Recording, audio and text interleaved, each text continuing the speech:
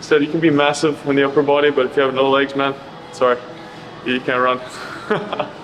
Hey everyone, how's it going? In this video, I hit the gym with former #1 NCAA and current 500 ATP pro player, Hady Habib.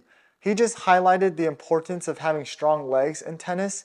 Speed, agility, and endurance are essential in tennis. So in order to get to that next level, you need to build your leg strength and improve your cardio. The second most important muscle group to train, in my opinion, is your abs or your core. A strong core will help you stay balanced and stable throughout the shot.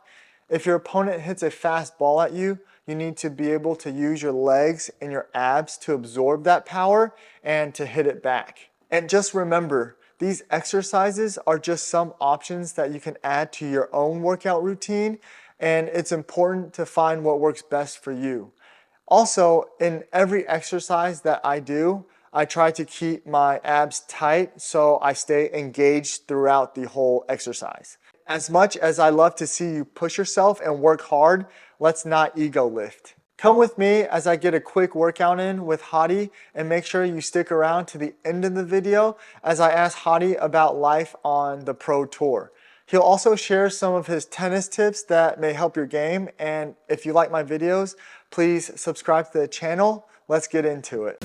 We're starting out with side planks, focusing on our abs and obliques, and the goal is to keep our body balanced and still. And for this exercise, we're working on our abs again, as well as our shoulders.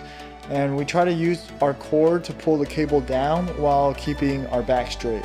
And we also do an exercise where we pull the cable up to target different areas of the core.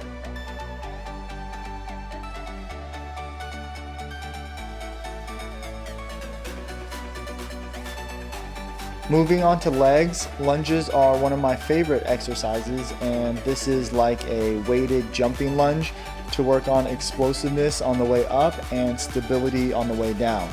You want to try to jump as high as you can, but land soft and controlled.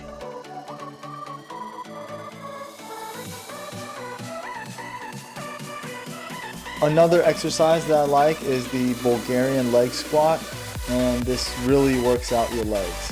So kind of the same concept here. You want to go slow and controlled on the way down, and you want to explode up as you go up, but keep it controlled.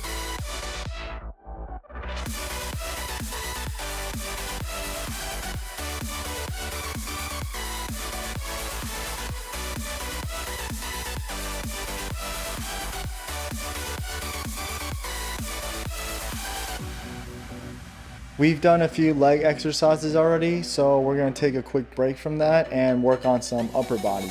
So this is just a regular pull-up and holding at the top.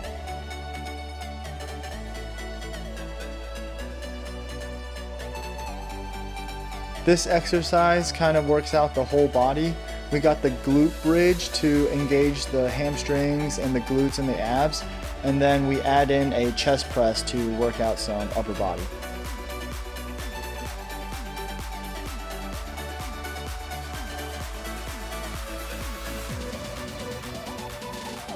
We have a couple more leg exercises because we out here working.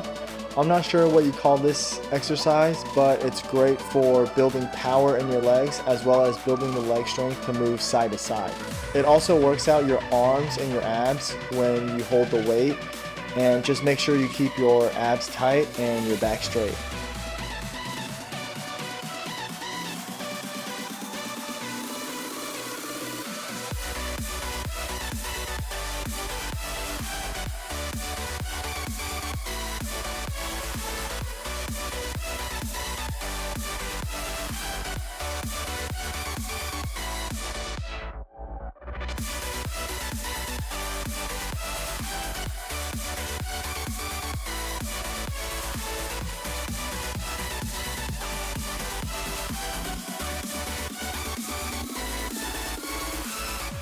This is another exercise that I like called single leg RDLs, and I do this exercise to work on my balance. How does college practice differ from the pro practice? Is it just the time, or is it the intensity? I think since there's a big group of guys usually in college, I feel like it's tough for the coaches to kind of look at every player individually and help their games. So you kind of have to be on your own and do the extra things, little things on your own. You're probably the hardest worker that I know. Is that natural talent, or did you have to build that yourself? And how did you work up to that discipline and work ethic? I think since I was a young kid, my mom has always put this, or was really big on hard work. Like there's no way around it. I think they really embraced that in my family. So I took that to heart at a young age, and it's just been the way I just been working my whole life. I think the way I look at it is I want to give myself the best chance to make it. So I want to put in my whole heart into the sport. I think and definitely there's some days where I'm not motivated to go and practice, and it's pretty normal. I don't think that's the issue. I think I'm very disciplined, so even the days that I don't really want to train, just want to lie in bed all day, I still get up and do it. You have a big serve. What is the main thing that you focus on your serve? So I think, in my opinion, the serve is the most complex shot in tennis. A lot of things can go wrong. Everything's in your control. For me, I think the toss is really important. Having a consistent toss in your serve definitely helps.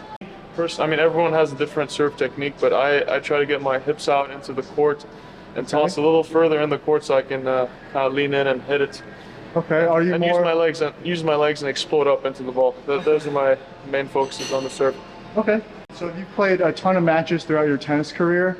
How do you mentally and physically prepare for a match? So I'll start physically. I just keep up with my fitness each day. And I have a fitness coach that I work with. It's kind of tough when you're traveling. It's not easy if you don't have a fitness coach with you. So you have to kind of do that stuff on your own. And physically, I'd say a day before a match, I'm always big on taking care of my body and doing all the recovery stuff right, so I keep myself healthy enough to have a long career and avoid all the injuries that could potentially set me back. So and also warming up, I think. So physically, I take care of most aspects. Mentally, I also have a mental coach I work with. We do a bit of visualization before matches, some breath work. Okay. I try to meditate each day. I think that helps me stay in the present. I think that's the most important thing in a tennis match is staying in the moment. Mm-hmm. You can really get lost in the point you've had, the previous point, or you're looking at, I'm gonna win this match. So I think that's the main thing is to stay where your feet are. Okay, yeah, and stay present. Stay that's present. great. Yeah. Okay. Can you describe a day in the life for you as an ATP pro? Just a quick rundown. I mean, it's so different. Some days I'll be traveling 7 hours, so I'm barely getting sleep. I'll give you a day where I'm getting ready for a match. I'd say I'd wake up. My match is in the afternoon. I'd have some breakfast, warm up in the gym, have a hit, and then get ready for my match. I mean, it depends. Training days and match days are obviously different. You don't want to tire yourself out on a match day. So. Okay. Yeah. Nice. So knowing what you know now, what advice would you give to your younger self? It can be in terms of tennis or life in general, or the path you take. There's a few things. Firstly, I would tell my younger self to have a bit more balance in my life. I think I was maybe a little too obsessed sometimes, but I think it was good and bad in a way. So I would have liked to tell myself that to have a little more balance, I think, for a healthier, happier career. Okay. Yeah. All right, guys, this is Hady Habib. Make sure you follow him on the ATP tour. Thank you guys, it's a pleasure. Yeah. See y'all next time. See you.